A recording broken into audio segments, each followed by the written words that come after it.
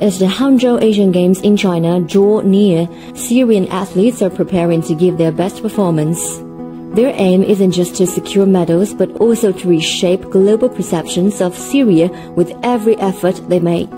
At Al Fiha Sports City in Damascus, the athletes are undergoing intensive training.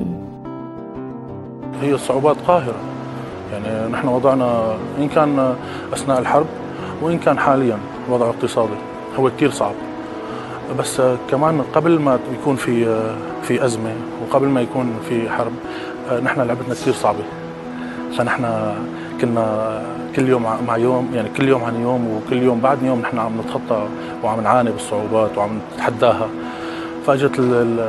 اجت الأزمة فخلتنا إصرارنا زاد، إصرارك بيزيد على الإنجاز، إصرارك بيزيد على لحتى أنت تقدم صورة أفضل وتخبر كل الناس وكل الشعوب إنه نحن موجودين ونحن بخير. وشفنا الأوضاع الاقتصادية اللي صارت علينا والأوضاع الحرب، يعني أي واحد بيطلع يمثل البلد هو إنجاز، يعني إنجاز لإله، إنجاز لأهله، إنجاز لبلده، إنه هو يعني تحمل الحرب، تحمل كل شيء هون مر عليه، هو عم يجي يتمرن بس مشان يرفع علم البلد، يعني هذا يعتبر إنجاز، بس إنه هو تغلب على كل الظروف اللي محايطة فيه، إن كانت اقتصادية، إن كانت معيشية، إن كانت مواصلات، إن شو ما كانت، هو عم يتخطاها ليجي يتمرن ويرفع علم البلد بالمشاركات الخارجية، وإذا حقق ميدالية أحسن وأحسن. While sanctions have restricted opportunities for training abroad, these athletes haven't lost heart.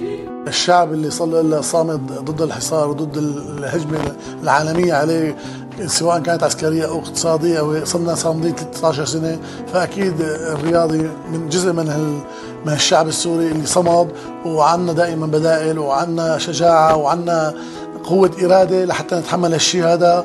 ونحن لو ما كان في عنا معسكرات خارجية عم تدرب ضمن البلد ضمن المعسكرات الداخلية، وعنا القدرة إن شاء الله أن نرفع علم بلدنا خفاق بالمحافل الدولية.